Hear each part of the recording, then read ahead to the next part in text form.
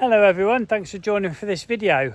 Something I've seen a lot of people do over the years, and it's never really been discussed much on YouTube from what I can see, is when they buy the shelf life boilies, they make one really big mistake with them. So we're going to cover that today, and also we're going to cover in this video one of the best things you can do to improve your shelf life boilies. So hopefully you get something from this video and hopefully you enjoy. So let me spin you around and show you firstly what the mistake is, and secondly what the best top tip I can think of is. So you have to excuse the poor lighting, I can't get you in a better position, but the first mistake and the biggest mistake I see people do with a shelf life bait is they buy a brand new bag. This is a brand new one, I've just literally opened it to make my filming easier.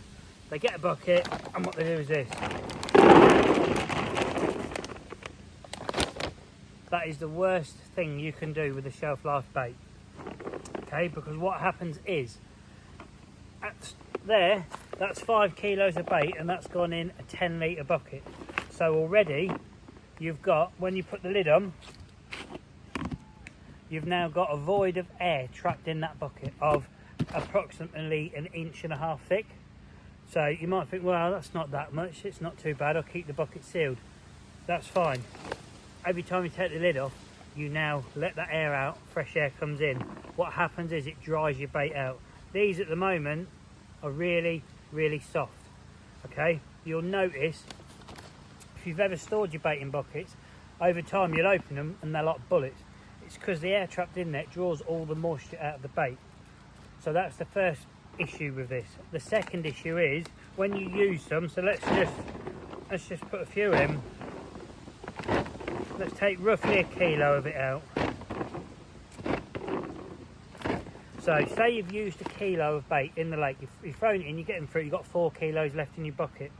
You've now got nearly a 2.5 inch in fact void of air in there, so nearly twice as much with less bait in there now. So you've already drawn some moisture out, now you've put a bigger void of air in there, the lid goes back on and it draws it out even further. So these baits in here now that are left in here will actually become drier than the baits that were in here before you got rid of some. And then again you come back to your fishing session, use some more, so we'll take another kilo roughly out.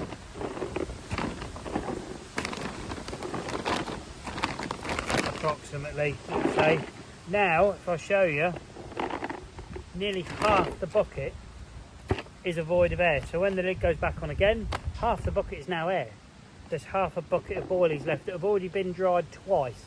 That's providing you've got rid of 1 kilo per time. If you've got rid of half a kilo, then these have already been dried out with fresh air 4 times. So these are already drying out a lot. And then you can work out, if you take another kilo out, and until you're left with 1 kilo, then you've got the whole bucket is pretty much air apart from 1 inch of bait at the bottom, which then is like bullet. You know, that's where you end up with rock hard baits. And over time, if you don't use them and the lid stays on, they still will dry out because they're no longer in a sealed environment with no air in them. When you buy these, they're like pretty much vacuum packed. That's the reason they're like that. So that, in my opinion, is the worst thing you can do. The best thing, however, you can do with a shelf life bait to get the best out of it, they're absolutely fine to use straight out the bag and they will catch your fish. I don't think you have to do this, but if you want to improve your chances, it is to rehydrate them. There's lots of different things you can rehydrate them in. All bait manufacturers, they do a matching glug to their flavour of boilie. So you can rehydrate them, you can pour it back in, rehydrate them, and they become even softer and more moist. That to me is the more expensive way. The cheaper way I've found is using that. I can't say the source, you've all seen it. If you've seen any of Mr. Fairbrass's videos, he uses this a lot. What is it? Sriracha, okay, I've said it. Sriracha sauce, okay? That doesn't go too badly with sticky baits krill.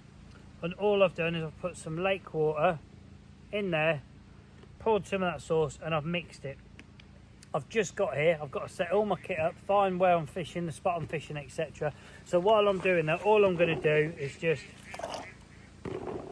chuck, I don't know, there's about 3/4 of a kilo gone in there, and I'll leave that for a good 3-4 hours. I don't need to bait up straight away, and that will rehydrate the bait, it will wash it out and it will soften it up. And believe me, if you do something like that, you don't need to use that sauce. You could, like I say, you can just use plain lake water if you don't want to put anything back in it. it will soften the bait up, it will wash them out, and the carp will take them a lot more readily than a straight out of the bag one.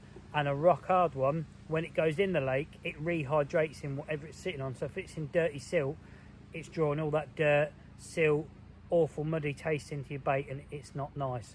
So that is just a quick video to hopefully just help one person out, because if it does, it was worth making a video, and so you don't keep making the same mistake in the future without realizing how much better your bait could actually be and how much more fish it could actually catch you. So yeah, hopefully some of you have got something from this video. If you have, don't forget the old thumbs up, even subscribe if you haven't, that would be really appreciated. But from me, that's it on this one. Thanks for watching, I hope you enjoyed.